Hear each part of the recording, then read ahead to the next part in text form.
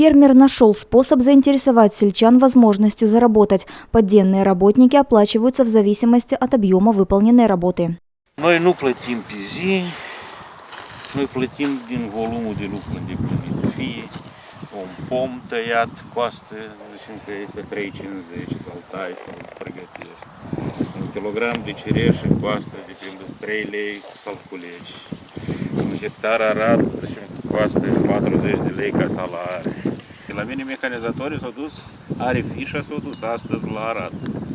Au scris, astăzi am arat 4 hectare jumătate. Mâine m-am dus și zicem că am cultivat 18 hectare. Deci, fiecare așa, plătim din volum. Așa vi se pare o metodă mai bună? Nu că e mai bună, e cât de cât mai eficientă, cât de cât poate nu întotdeauna atractivă.